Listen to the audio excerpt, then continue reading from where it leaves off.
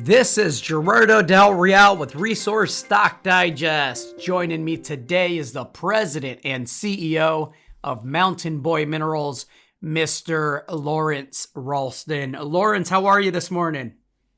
I'm great, Gerardo. How are you? I am well. Thank you very much for asking. Thank you for jumping on the call on such short notice. You had some news today that I thought set the table well for the next major catalyst out of Mountain Boy, right? You went ahead and reported assay results, and frankly, they're pretty spectacular grades. You collected 285 meters to the north of the high grade zone that included 949 grams per ton silver.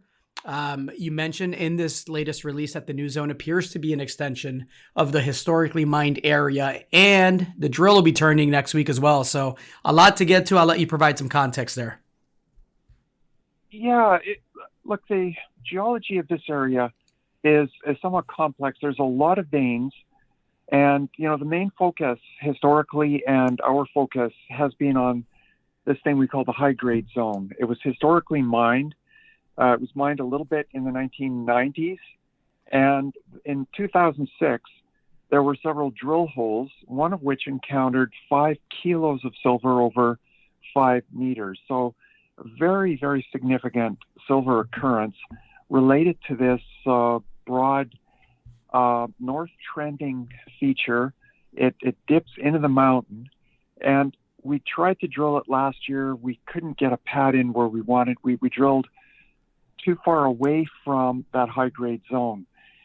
We learned a lot from the drilling last year, and in particular, we learned the importance of some cross-cutting features that we now realize are important controls on the mineralization within that high-grade zone. So we've located a drill pad. It's already constructed in-site or on-site, ready to go. We had to get some really expert drill pad builders in because it's awkward to get in there. Now, if you look at the news release that was issued on July 22nd, there's a ortho photo in there that shows the setting, and it gives a really good idea of the challenges and the opportunities.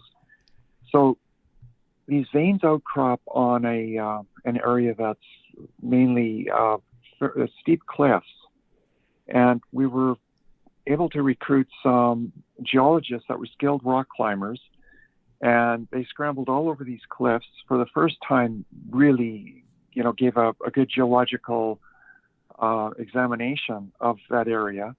They were able to trace what appears to be the high grade zone for 400 meters to the north of where it was previously drilled. At a point 285 meters north, they took 3 samples.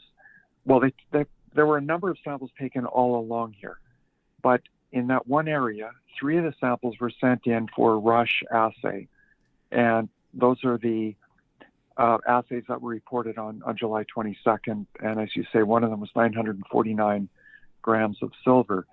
So it appears as though we found another one of these areas where the main high-grade zone is intersected by one of these east-west trending features, and looks like it may have created another concentration.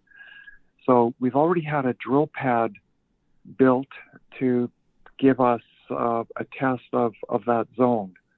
So we now have 2 drill pads, both targeting on areas where we know we have high-grade values, either on surface or in the case of the main high-grade zone, from the underground mining. Now, so 2 very, very exciting drill targets. Yeah, absolutely. No, I wanted to highlight a couple of things. The first thing I wanted to highlight is I believe the 2 pads are about 310 meters away from each other. Is that accurate? that is correct. Excellent. The other thing I wanted to highlight is, I mentioned that phenomenal 949 grams per ton silver sample. You also had a bedrock sample, or a subcrop sample, that had a 2.2% copper assay come back. Tell me a bit about the mineralization and what you understand of it as far as how it's distributed, and then talk to me a bit about the initial drill program, how many holes, how many meters, and the approach there? Well, first of all, let's touch on the copper, and I wish I could answer your question in more detail, but at this stage, we don't have a clear vision of the nature of the mineralization and the distribution, but there is certainly a lot of copper in this system. There's a showing actually not far from that new discovery that was actually examined historically as a copper mine, and there were multi-percent copper values taken out of that area. And then just a few kilometers south of us is the old Red Cliff mine, which was mined from 1910 to 1912 as a copper mine.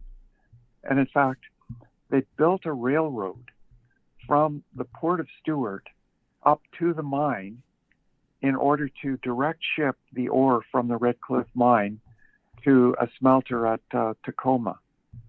So we don't yet understand the distribution and the zonation within this system, but there's definitely a lot of copper along with these spectacular silver grades. And the Red Cliff mine was also drilled and produced some very, very good gold values as well. Now, in terms of where we're going to be drilling this year, we'll start off drilling at the high-grade zone.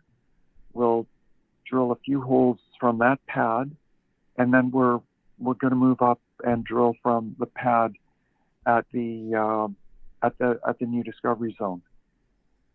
Excellent. Now, of course, this is an exciting project. It has a ton of merit. I'm looking forward to that program and the results, but you have 6 active projects that span 604 square kilometers. Is that accurate? That is accurate, yes. And so it sounds like a pretty active second half of the year as it relates to news flow and drilling and exploration, right? Yes, absolutely. Well, the main focus, of course, is going to be the American Creek, but these other projects are also very, very, very significant. BA already has 185 drill holes into it. They've outlined a very significant zone of silver, lead, zinc, and we're looking at an area that might be an expansion of that zone. And in particular, we're looking for areas that have higher grades.